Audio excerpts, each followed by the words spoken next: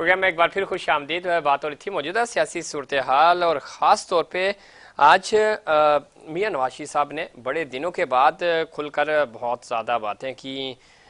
वो पहले भी इस तरह की बातें करते थे, लेकिन पिछले कई दिनों से थोड़ा सा खामोश थे। पाकिस्तान आने के बाद उन्होंने कहा जी इंतकाम, जब वो लंदन से चले थे उन्होंने कहा इंतकाम की सियासत नहीं करनी, ना किसी से इंतकाम लेना, लेकिन इंतकाम लेने वालों से हिसाब तो बनता है। दूसरी तरफ उन्होंने कहा जी लाडले को लाने के लिए मुझे हटाना और सजाएं दिलवाना ज़रूरी था। मेरे दिमाग में सवालात अंगारे की तरह सुलग रहे हैं। अवाम को अपनी बरियत का फैसला खुद करना होगा। और शहबाज शरीफ साहब ने कहा जी पीटीआई पर 8 फरवरी के इंतखाबात मुलतवी कराने का इल्ज़ाम भी वो लगा रहे हैं। इस पर मज़ीद बात करेंगे। डॉक्टर समीना मतलूब साहिबा ने हमें ज्वाइन किया है, सीनियर रहनुमा है मुस्लिम लीग नून की साबिक़ मैंने। डॉक्टर साहिबा खुश आमदीद कहते हैं आपको प्रोग्राम में। बहुत शुक्रिया जी, बहुत शुक्रिया। मेरा सलाम कहें सबको। डॉक्टर साहब किस तरह देखती हैं? एक तो नवाज शरीफ साहब ने कहा कि लाडले को लाने के लिए मुझे हटाया, सजाएं दिलवाई। ज़्यादा ज़ाहिर है अब उनको उनकी बाइज़्ज़त वो बरी भी हो गए हैं, सजाएं भी ख़त्म हो गई, फैसले उनके हक़ में आ चुके हैं। वो कहते हैं कि मेरी जमात का हर कारकुन भी मुबारकबाद का मुस्तहिक है। मेरे ख़िलाफ़ साजिश जो है वो मनज़्ज़म साजिश का आगाज़ धरने से शुरू हुआ था। तनख्वाह ना लेने पर मेरी छुट्टी और उम्र भर के लिए नाहल भी कर दिया गया। अच्छी तरह याद होगा कि जेआईटी के लिए व्हाट्सएप पर मैसेजेस भेजे गए और सिस्टम माफिया और गॉड फादर की गालियां तक दी गई। आज बड़े अग्रेशंस में नज़र आए मियाँ साहब, क्या वजह है? आज पिछले कई दिनों से ज़रा वो बातचीत करते थे जलसे में, उन्होंने जब वेलकम था उनका लाहौर, तो उसमें भी उन्होंने इतनी सख्त ज़बान इस्तेमाल नहीं की थी। तो ये अचानक क्या हुआ? बिस्मिल्लाहिर्रहमानिर्रहीम। सबसे पहले तो मैं ये बात कहूंगी कि उनके साथ जो हुआ वो सब लोग जानते, आप सब भी जानते, अवाम भी जानती जी जी। और इलेक्टेड हुकूमत को किस तरीके से फारग किया गया, ये एक गैर आईनी कदम था। ऐसे ही है ना जी जी। ये चलती हुई गवर्नमेंट और पाकिस्तान तरक्की करता हुआ पाकिस्तान, और उसे रास्ते में रोका गया और हुकूमत को फारग किया गया जब हुकूमत मसरूफ थी अपने मुल्क को संवारने में और अपने मंसूबा बंदी करने में और उस बड़े बड़े मंसूबे बनाकर उस पे इम्प्लीमेंटेशन करने में। तो टोले आए, धरनों पे बैठे और जो तमाशा शुरू हुआ जी दुनिया में, सारी दुनिया ने देखा, सिर्फ पाकिस्तान ने नहीं देखा, पूरी दुनिया ने देखा। उनकी जुबान सुनी, उनकी मुल्क के लिए जो वो सलवाते सुनाते थे, जला दो, गिरा दो, बंद कर दो, हम पाकिस्तान को बंद कर देंगे, ये बातें किस किसने नहीं सुनी।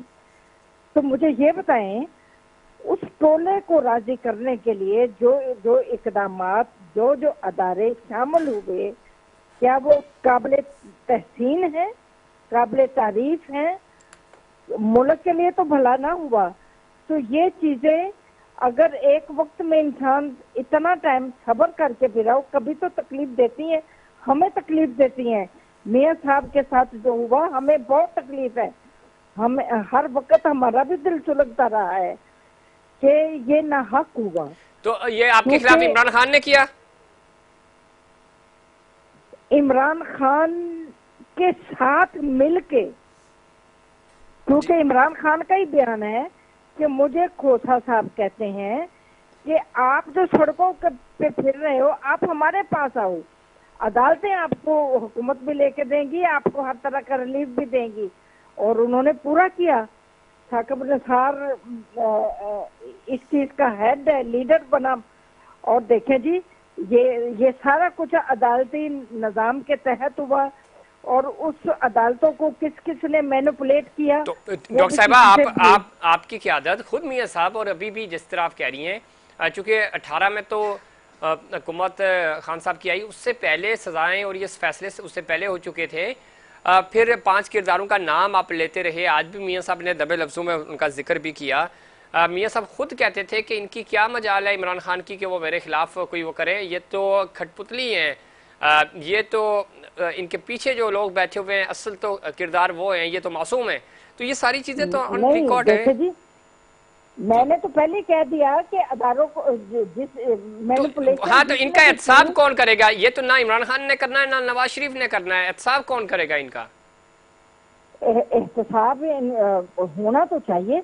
हाँ, तो अगर कौन एहतसाब करेगा? का अमल, जी जी। मेरी बात सुने, अगर एहतसाब का अमल एक सियासतदान के लिए बनाया गया है तो वो तमाम अदारों के लिए भी बनना चाहिए। जहाँ कहीं भी चोरी चुकारी हो, जहाँ कहीं भी गैर आईनी इकदाम उठाए जाएं, उनको भी एहतसाब के कटहरे में लाना चाहिए। अगर मियाँ साहब ये बात कहते हैं तो सारे उनके पीछे पड़ जाते हैं। इसी तरीके से होता रहा है ना। मियाँ साहब अगर एक बात कहते थे, हालांकि बाद में वो सारी बातें पूरी होती रही, और जो टोला, जो इमरान खान का टोला जो धरने पे बैठा था, उनके साथ क्या वो हुआ? तो इमरान खान अब खुद वो जेल भी, में है ना डॉक्टर साहिबा, आज इमरान खान तो खुद जेल में है। भाई मैं कह रही हूँ, मैं तो यही पूछ रही हूँ कि उनके साथ क्या हुआ, उनको क्या मिल गया? तो बाकी यही, अगर सियासतदान सारे एक ही यूनाइट हो जाएं, एक ही हाँ, लेवल पे, ये वो एक ही पॉइंट है ना पॉइंट डॉक्टर पे। साहिबा, यही तो मैं कह रहा हूँ कि इकट्ठे क्यों? आपको 4 दफा अभी तक नहीं समझ आई? 4 दफा आपके साथ क्या हुआ और पाकिस्तान पीपल्स पार्टी के साथ क्या हुआ? पीटीआई तो चलो पहला पहला तजर्बा था ना उनका, फर्स्ट रोमांस था, पहली मोहब्बत थी, तो उनको भी 3.5 साल में धोखा हो गया। तो ये चीजें आप सियासतदानों को क्यों समझ नहीं आती? मेरी एक बात सुने, जो पहले पार्टियों के साथ हुआ, तो नई आने वाली पार्टी को भी समझ आनी चाहिए थी कि हम, अगर हमें एक अदारा लेके आ रहा है तो हमारे साथ जो उनके साथ हो रहा है तो हमारे साथ भी हो सकता है। तो वो उन्हें पहले ही वो इकदाम उठाते, उस वक्त तो उछल के उनकी गोद में जा बैठते हैं, और अब वो कहते हैं कि जी ये बूट पॉलिश करते हैं, ये फलाना करते हैं। हम तो जैसे शुरू से ही पॉपुलर थे, और जितनी पॉपुलैरिटी थी और जिस जिस तरीके से इन्हें जताया गया, इलेक्शन में इनको रिग करके दिया गया, वो किस किस को नहीं इलम। 6 महीने बाद भी वो अपना कास्ट किए हुए वोट और जाया किए हुए वोटों के बोरे निकलते रहे हैं कूड़े दानों में और स्कूलों के बेंचों से। ये कोई बातें भूली हुई नहीं है। ये जब तक हमारे मुल्क में फ्री एंड फेयर इलेक्शन नहीं होते, उस वक्त तक हमारे अमन नहीं आ सकता। फ्री एंड फेयर इलेक्शन का होना, और तमाम पॉलिटिशियंस को और जितनी सियासी जमातें हैं उनको एक ही पॉइंट पे यक जुबान होना बहुत जरूरी है। फिर जमहूरियत स्ट्रॉन्ग होगी और पूरी तरीके से मुल्क भी आगे की तरफ बढ़ेगा। ठीक, बिल्कुल ठीक कह रही हैं आप, लेकिन मसला अगेन वही है ना कि सियासतदानी तो इकट्ठे नहीं हो रहे ना, बैठ नहीं रहे। आज पाकिस्तान पीपल्स पार्टी आपको कह रही है कि इमरान खान तो कुछ भी लाडला नहीं था, और आप तो खैर माजी में भी लाडले रहे, वो कह रहे, और अब तो आप लाडले प्लस हो गए हैं। खान तो बेचारा कुछ भी लाडला नहीं था। आपकी तो सजाएं रातों रात माफ हुई। इसाक डार साहब मफरूर थे, वजीर खजाना बन गए। मियाँ नवाज शरीफ साहब 4 हफ्ते की जमानत पर थे, वापस आए एयरपोर्ट पे प्रोटोकॉल के साथ, उनके हमें इंप्रेशन लिए कि ये सारे वो इल्जामात, आपकी इत्तेहादी जमात जो माजी में आपके साथ थी, जिसका जिसका वजीर खारजा जिस, जी जी, अगर इमरान खान को राहदारी की वो मिल सकती थी, अपना बेल मिल सकती थी, तो मियाँ साहब को क्यों नहीं मिल सकती थी? बाकी पनामा से घेर शुरू हुआ था। पनामा में मियाँ साहब का नाम भी नहीं था, और जो जबरदस्ती शामिल किया गया, और उनको ये मियाँ साहब बिल्कुल सही कह रहे हैं, जो JIT बनी और रातों रात ही व्हाट्सएप पे मर्जी के जजेस चेंज हो जाते थे, मर्जी के फैसले लिखवाए जाते थे। ये तमाम व्हाट्सएप पे तो होता रहा है। पनामा से खेल शुरू हुआ था। पनामा में मियाँ साहब का नाम भी नहीं था, इमरान खान का नाम था, और उसको किसी ने भी नहीं छेड़ा। तो ठीक है ना, तो नहीं था नाम, लेकिन ये तो इमरान खान ने तो नहीं करवाया ना, या किसी और ने। अगेन मैं उस पॉइंट पे आ रहा हूँ कि असल मसला ये है कि आप सियासतदानों ने मिलकर फैसले करने थे, आप नहीं कर सकते। आप किसी के कंधे का सहारा लेते हैं, फिर जब वो अपना कंधा हटा देते हैं तो फिर आपको आप जमहूरी हो जाते हैं। जब जमहूरी, सुनिएगा ना प्लीज, जब आप जमहूरी हो जाते हैं तो फिर आपको याद आता है कि नहीं, हमें तो आवाम के पास जाना चाहिए। जब इक़्तिदार चाहिए होता है तो फिर आप फिर सहारे ढूंढना शुरू हो जाते हैं। तो ये माजी है, मैं आपकी बात नहीं कर रहा, तमाम पॉलिटिकल पार्टीज यही करती हैं। यही प्रैक्टिस पीटीआई ने की और आज पीटीआई भुगत रही है। तो फिर उसका हल तो यही है ना कि सबको यकजुबान होना जरूरी है। अब पीटीआई ने जितनी बदसलूकी की, बदजुबानी की, बदकलामी की सबके साथ, अब किसी को साथ लेके नहीं चले तो पीटीआई को अब कोई भी साथ लेके चेयरमैन को नहीं चलने को तैयार। लेकिन तो कभी आप बड़ेपन का मुजाहरा करें ना, और आप बात करें ना चेयरमैन पीटीआई के हक में, क्यों नहीं बात करते? नहीं तो मियाँ साहब ने तो आते ही कह दिया कि हम किसी के खिलाफ नहीं है, हम किसी के खिलाफ कोई शिकायत ना करेंगे, किसी के खिलाफ हम केसेस में नहीं जाएंगे, और इससे ज्यादा और क्या कह सकते हैं। जब मियाँ शहबाज शरीफ वजीर आजम बने, उन्होंने भी आते ही कहा कि हमारी कोई ये सियासत ऐसी नहीं होगी जिसमें हम बदले की सियासत को ये लेके आए और जेलों में डाले। जो हमारे सीनियर क्यादत के साथ इन लोगों ने सलूक किया वो नहीं होगा। ठीक है, तो देखिए अगर ज्यादती हुई है डॉक्टर समीना मतलूब साहिबा आपके साथ, आपकी लीडरशिप के साथ, अवाम के पास आप जा रहे हैं 8 फरवरी 2024 को, अवाम फैसला करेंगे, वो बोरे भरकर आपको वोट देंगे, चूंकि आपके साथ ज्यादती हुई है, तो ये बेहतरीन इंतकाम है ना? बिल्कुल जी, इंशाल्लाह वोट नवाज शरीफ का है, और लोग नवाज शरीफ की खिदमत को भूले नहीं है। लोग डिमांड करते हैं हमें नवाज शरीफ का दौर चाहिए, और वो हम लेके आएंगे। चलें वो दौर आप देखते हैं कि 8 फरवरी को क्या होता है, लोग अवाम जो है वो एतमाद करते हैं आप पर या नहीं। ये ज़ाहिर अवाम ने ही फैसला करना है, और 8 फरवरी को अल्लाह करे कि इलेक्शंस हों और मामला बेहतरी की तरफ जाए। बहुत शुक्रिया डॉक्टर समीना मतलूब साहिबा, आपने प्रोग्राम में वक्त दिया। इसमें कोई शक नहीं कि जमहूरियत होनी चाहिए मुल्क में, ज़ाहिर और है भी, लेकिन फैसला अवाम ने करना है। अवाम किसको वोट देंगे और किस तरह मामला आगे चलेंगे। मियाँ साहब आज एग्रेशन में नज़र आए, लेकिन ये उस वक्त कोशिश की जा रही है जब उनके केसेस, उनको रिलीफ आलमोस्ट मिल चुका है। अब वो इलेक्शंस में जा रहे हैं, तैयारी कर रहे हैं। पाकिस्तान मुस्लिम लीग नून मोमेंटम गेन कर रही है। टेक्निकल बुनियादों के ऊपर तो उनके पास इस वक्त बड़े ज़बरदस्त इत्तेहाद भी वो बना रहे हैं, साथ ही साथ वो अपने साथ जो ये भी मुस्लिम लीग नून की जो सियासी तारीख है उसके अंदर पहली दफ़ा हो रहा है कि पंजाब में वो इंतहाबी इत्तेहाद कर रहे हैं, सीट एडजस्टमेंट कर रहे हैं। माजी में ऐसा कभी नहीं हुआ। और वो जमात जो कल तक तो ये दावे कर रही थी कि हमारे पास पंजाब भर बल्कि पूरे पाकिस्तान में हमारे अपने कैंडिडेट हैं, और एक एक सीट के लिए 6-6 लोग उम्मीदवार हैं हमारे पास, मुश्किल हो रहा है टिकट देना, क्यों बनाकर लोग तो हमारे दफातर के बाहर खड़े हैं।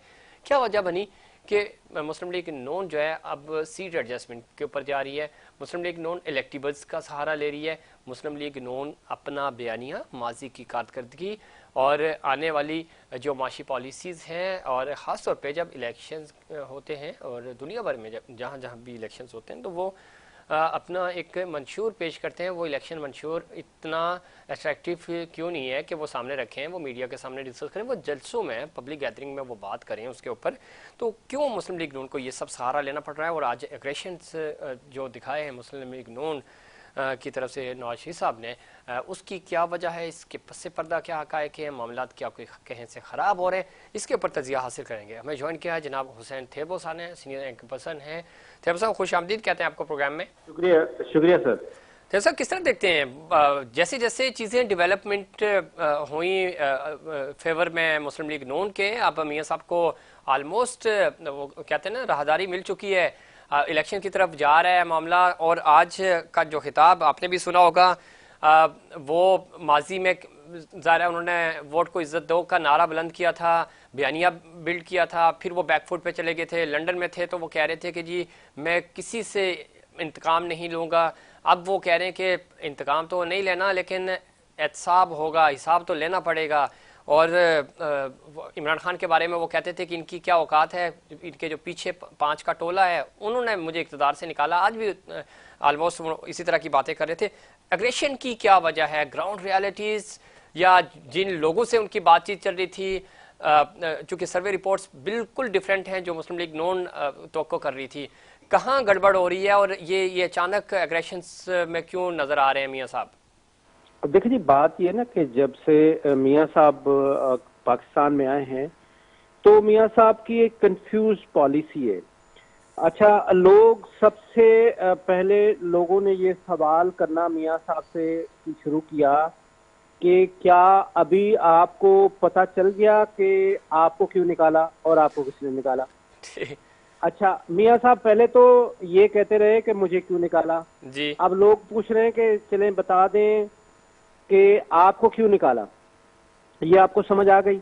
हम्म। अच्छा, अब हमारे मुल्क का मसला ये है कि जब वो अवाम देख रहा होता है कि आपको बिल्कुल फेवरेटिज्म के साथ आपके सारे केसेस, खासतौर पे मैं कहूँगा कि जुडिशरी ने जो फेवर देना शुरू कर दी है, अवाम ये देख रही है कि ये जुडिशरी की अनकंडीशनल फेवर जो है, इसके पीछे कुछ है जो खासतौर पे हमारी जुडिशरी उनके साथ कोऑपरेट कर रही है। अवाम में वो मकबूलियत जो मियाँ साहब की थी, वो उससे बहुत ज्यादा नीचे गिर गई। ठीक। अच्छा, अब ऐसा है कि हमारे यहाँ अभी तक, अब अगर मैं आपको बताऊं कि हमारी जो कंस्टिट्यूएंसी की जो इलेक्शन है, जो हल्के की इलेक्शन है, जी जी। वो बड़ी डिफरेंट होती है। एग्जैक्टली। और जो हमारे सोशल मीडिया की इलेक्शन की रेटिंग होती है, जो फेसबुक की होती है, जो ट्विटर की होती है, जो टिकटॉकर की होती है, वो बड़ी डिफरेंट होती है। अच्छा, आप अगर देखेंगे तो जो वकील होते हैं इस वक्त, जो उनकी खिलाफ बड़ी पार्टी है, उसमें ज्यादातर वकील हैं। ऐसा ही है। वकील की स्टैंडिंग होती है in front of court, in front of media, in front of public, वो अच्छा बोल सकता है। जी बिल्कुल। लेकिन अगर आप सिंध के, पंजाब के, केपी के, बलूचिस्तान के अगर देही इलाकों में जाएंगे, तो मुझे बताएं कि क्या आला पाए का कोई वकील किसी इलेक्टेबल वडेरे, सरदार, मलिक, चौधरी, खान से क्या इलेक्शन लड़ सकेगा? नहीं लड़ सकेगा। नहीं लड़ सकता। वहां पे तो उसकी स्टैंडिंग ही नहीं होती ना। वहां तो इलेक्टेबल को अपना हल्के में अगर उसके 70,000 वोट लेने होते हैं, तो उसके 40 से 50,000 वोट अपने होते हैं, बाकी वो किसी का झंडा लगा के वो वोट ले लेता है। मियाँ साहब की जो कंफ्यूजन है, मुझे समझ में नहीं आ रही है। मियाँ साहब को इतना ज्यादा कंफ्यूज नहीं होना चाहिए जितने वो कभी पीछे चले जाते हैं, कभी आगे चले जाते हैं। उनका कंफ्यूज होना बनता है। जो जिस तरफ आप इशारा कर रहे हैं, या जो चीज आप हमारे नाज़रीन को समझाने की कोशिश कर रहे हैं, वो तो हमने देखा है। अगर हम सिंध की बात करें, पंजाब या केपी, बलूचिस्तान की, तो इलेक्टेबल्स का तो किरदार है। हमारे यहाँ 60-70 इलेक्टेबल्स हैं जो इम्पैक्ट डालते हैं हर इलेक्शंस पे।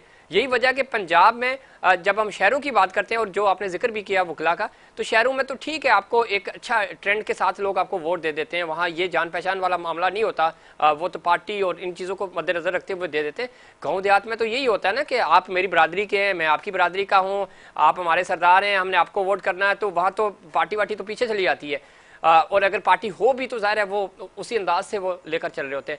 शहरों में ये चीज़ें होती हैं, थोड़ा सा आपको टिल्ड मिलता है। शहरों में भी मुस्लिम लीग नून की तो वो पब्लिसिटी, वो फुटप्रिंट्स नज़र नहीं आ रहे जो सर्वे रिपोर्ट्स बता रही हैं पंजाब की। तो यही उन्होंने सहारा ढूंढा कि हम इलेक्टेबल्स को साथ मिलाएं, और ये मुस्लिम लीग की सियासी तारीख में पहली बार हो रहा है। देखिए, ये बात आप बिल्कुल सही बजा फरमा रहे हैं, लेकिन मेरा पॉइंट ऑफ व्यू डिफरेंट है। मैं कह रहा हूं कि अगर आपने इदारों के साथ खड़े होना है, उनकी सपोर्ट करनी है, तो आप आए इस नीयत के साथ, है ना, कि आपने जुडिशरी के साथ मिलके, अपने पाकिस्तान के इंस्टीट्यूशन के साथ मिलके आपने काम करना है। पिछले दौर में जो कुछ हुआ, आपने उसको भूल जाना है। चाहे आपके फवाद हसन फवाद और आपके जो बहुत माफी चाहता हूँ, लेकिन वो टाइम भी कम है। नवाज शरीफ साहब की ये खूबी कह लें या खामी कह लें, वो ट्रस्ट ही तो नहीं करते। उन्होंने अपने चीफ्स लगाए, उन पे ट्रस्ट नहीं किया, उनके साथ नहीं बनी। 6-8 महीने के बाद ही इख्तलाफात शुरू हुए। क्या नताइज आए वो आपके सामने। तो मियाँ साहब नहीं ट्रस्ट करते। यही वजह है जो आप कहना चाह रहे हैं कि शहबाज शरीफ साहब तो ट्रस्ट कर रहे हैं, वो इदारों के साथ चलने को तैयार हैं, वो काम करना चाह रहे हैं, वो पिछले माजी भुलाकर मुस्तकबिल का सोच रहे हैं। मियाँ साहब आप देखें ना, उन्होंने फिर 5 के टोले का जिक्र कर दिया। वो 5 का टोला कौन है आप भी जानते हैं। तो मियाँ साहब तो उसी तरफ जाना चाह रहे हैं, 2016-17 की तरफ। बिल्कुल सही, आप सही फरमा रहे हैं। लेकिन जब आप लंदन से जहाज में बैठे थे, तो आप एक चीज पे आमादा होके आए हैं जनाब। एग्जैक्टली। आप ये कह के आए हैं कि ये मैंने इस तरह से चलना है। अब आप अगर इफ एंड बट में जाएंगे, कंफ्यूज होंगे, तो नुकसान तो आपको होना है। ठीक, और लेकिन तो किसी को क्या नहीं होना क्या है। थेबो साहब उनके जहन में ये चीज है कि ठीक है अब अदालत से मैं फ्री हो गया हूँ, जो सबसे बड़ा तलवार लटक रही थी उधर से मैं निकल गया हूँ, तो ठीक है अब जरा मैं आंखें दिखाने के काबिल हो गया हूँ, मैं हेड टू हेड बात करूंगा। नहीं देखिए, अगर ये मियाँ साहब ये कहेंगे ना कि अभी मैं अदालत से बरी व जमा हो गया हूँ और मेरे केसेस खत्म हो गए, तो ये उनकी बहुत बड़ी भूल होगी। ऐसी ऐसी कोई, अभी उनके पास अभी तक तलवार जो है वो लटकी हुई है। सर वॉल्यूम 10 और अभी बाकी है। वो आप भी जानते हैं वो अभी तक बाकी है। जी तो जी। वो उनको कंफ्यूज नहीं होना चाहिए। उनके लिए, उनके हक में बेहतर ये है कि वो जहाज में जब चढ़े थे ना वही बॉडी लैंग्वेज रखे, तो वो उनके लिए बेहतर है। लेकिन मैं समझता हूँ इस वक्त मियाँ साहब फुजूल के कंफ्यूज हैं। ठीक अगर है, वो लेकिन मियाँ साहब शायद एक सर मियाँ साहब शायद पाकिस्तान पीपल्स पार्टी की तरह ट्रेन मिस ना कर जाएं इस कंफ्यूजन में। बिल्कुल ऐसा ही है। ये मियाँ साहब भी वही हरकत करने जा रहे हैं जो जरदारी साहब ने 6 की महीने थी। पहले और की। जरदारी साहब ने कल तो खुल के बता दिया जी। कि मैं खुद प्राइम मिनिस्टर का कैंडिडेट हूँ। बस सर अब अल्लाह का खैर ही करे। बहुत शुक्रिया, प्रोग्राम का वक्त खत्म हुआ। हुसैन थेबो साहब आपने प्रोग्राम में वक्त दिया। नाज़रीन ये था हमारा आज का प्रोग्राम। उम्मीद करता हूँ दिगर प्रोग्राम के आज का प्रोग्राम भी आपको पसंद आएगा। मुझे और इनसाइड पाकिस्तान की पूरी टीम को दीजिए इजाजत। अल्लाह निगहबान।